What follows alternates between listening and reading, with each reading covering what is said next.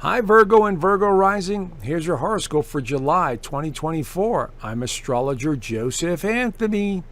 All right, we're entering a time where you guys are focusing a lot of your attention on the future, and maybe you're doing a lot more socializing in this month. And the planets are going to move out of this 11th house and go into your 12th house the second half of the month, which means that you'll be dropping back and maybe not socializing as much. No big deal, okay? But we also have your ruler, Mercury, right here, that's going to be leaving Cancer, going into the 12th house. So, you know, a lot of nostalgia, a lot of creativity behind the scenes is the theme the second half of this month. So as we begin the month, you have Jupiter up high in your chart in the career house. Mars is in a favorable alignment in Taurus. It'll slowly be making its way over towards Uranus. So there may be some surprises in the first or second week involving your career or another person. And then Mars will be entering your 10th house of career. So this reading's for anyone who has a rising sign in Virgo or a sun sign in Virgo. This is a general Western astrology sun sign reading, a tropical reading. And so it has to be general. It has to be, just a basic reading because everyone's birth chart is different and everyone's birthday is different. So this is a general overview. But what I'm seeing here is an issue from the past that resurfaces also that you'll be dealing with. And this has a lot to do with the planets going into the 12th house. But it also has a lot to do with Neptune here slowing down to go retrograde.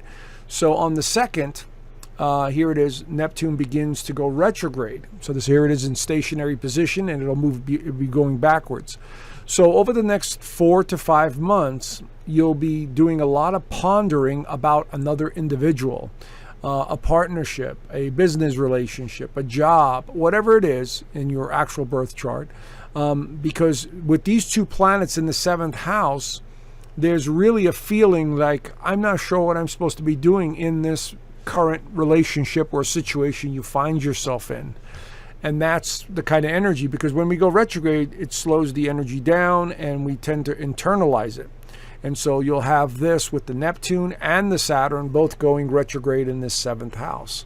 So there's a slowdown period with partnerships and relationships that seem to be top priority here with these planets going retrograde in the 7th house. And this Neptune will be here for about 4.5 to 5 months.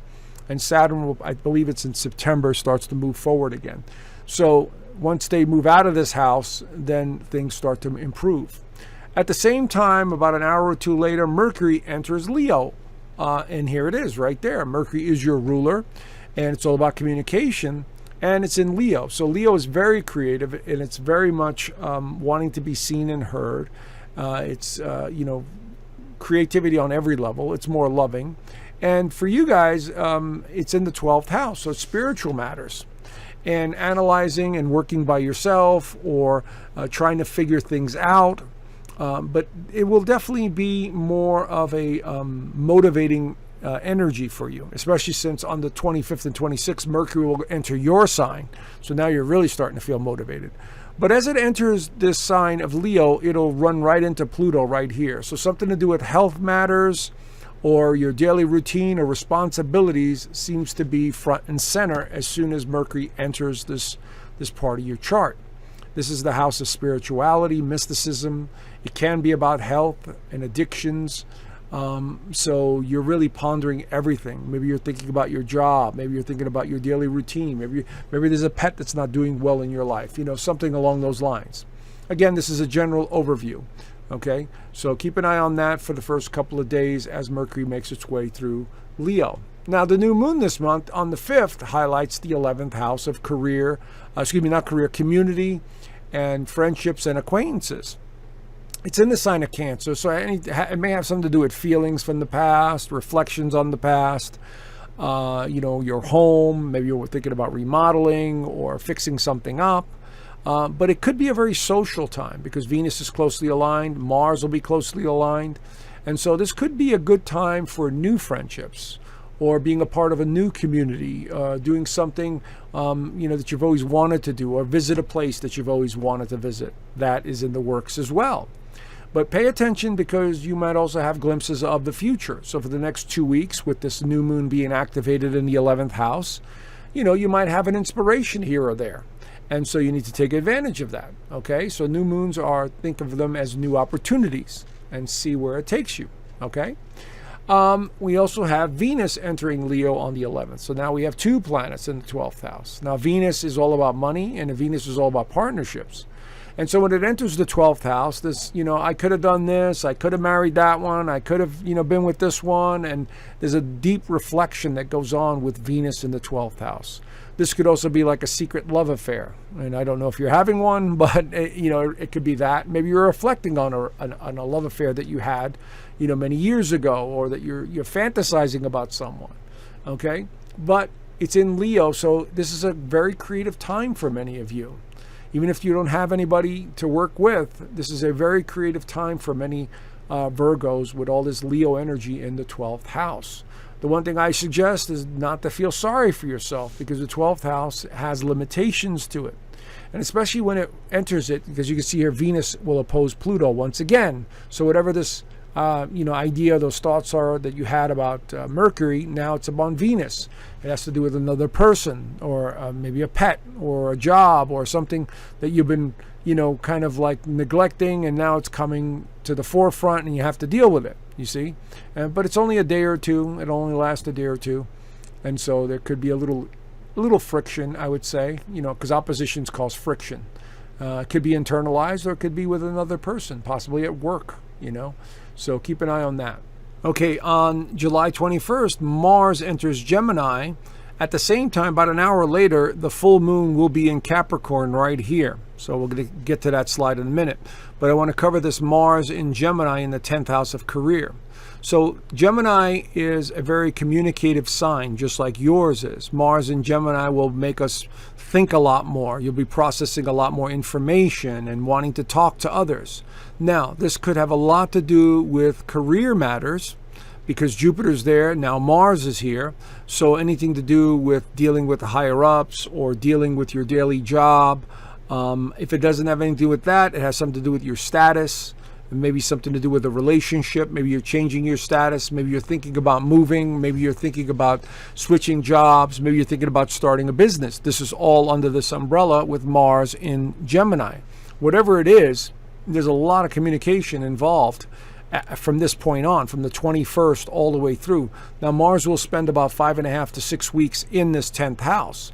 And so you've got a lot of information coming in at this time. So communication, ideas are going to be very much circulating around your mind, and wanting to talk and express yourself. So if you're a writer, write. If you need to have friends around, absolutely.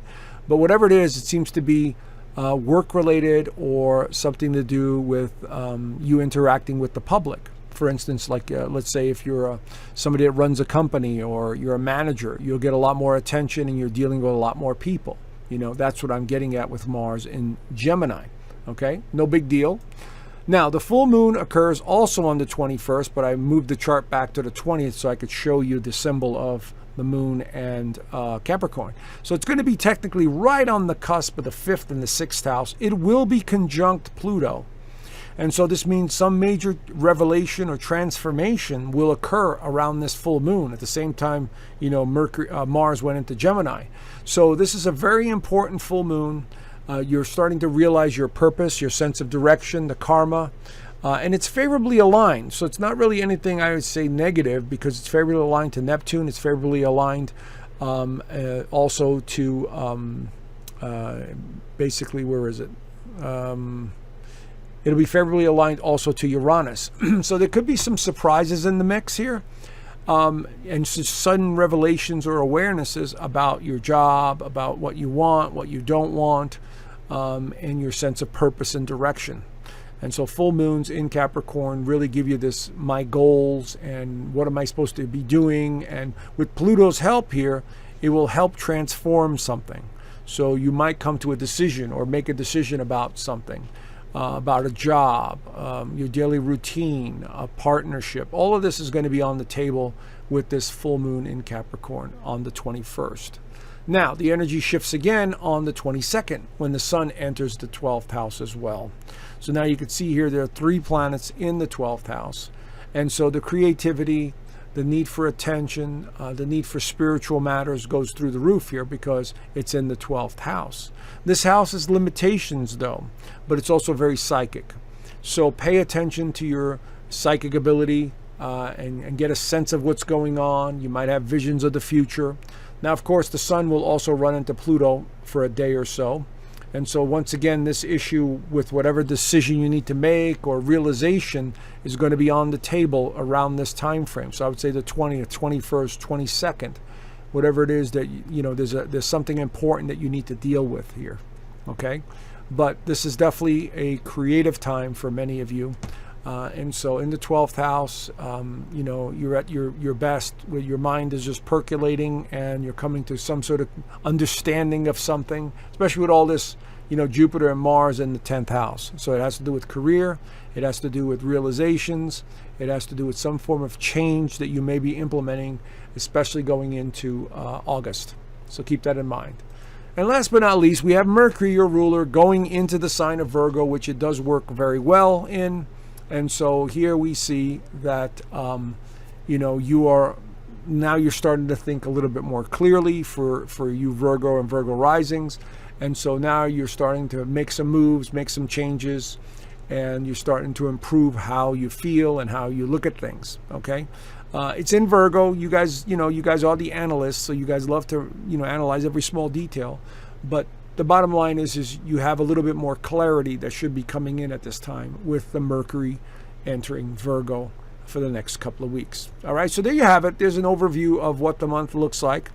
So do the best you can, make it a great month, and you know, I will see you guys soon. So stay tuned for a little video that I've got on my project on my private community. So check it out. All right, talk to you soon. Bye for now. Hi. Thank you so much for watching my monthly astrology. I really appreciate your support over the years. Have you ever considered learning astrology? Well, you're in luck because I've created a full online astrology course in my private community. It's a full 6-module course that takes you from the beginning of astrology, what it all means, the mythologies, the houses, all the way to the more advanced techniques such as progressions, solar returns, how to read transits, how to make predictions. It's all there in this course here. And I even dive into some of the mysterious stuff, you know, what some of the symbolism is all about. So I think you might want to check it out if you're interested. Along with the course, we have a very tight-knit community here where everyone helps each other out. And so if someone knows a lot about astrology, they help other people with astrology. So it's a community that really gets involved and, you know, really wants to learn and help each other out. But as you can see here, I have a whole lot more on this private community. I also have the Inner Circle live calls each week. Now, this is something that I do twice a month on YouTube, but here I do them on a weekly basis. And I talk about various topics. You get to ask me questions, we interact, and we learn a whole lot more than just astrology. So this could be anything from astrology to what's going on in the world, predictions, politics, whatever it is. We talk about it in the Inner Circle calls. Of course, I do have videos here that I do not have on YouTube, so you get those too. And then I've got a private resource vault, which has videos that I suggest watching, books suggested reading, meditations, and more.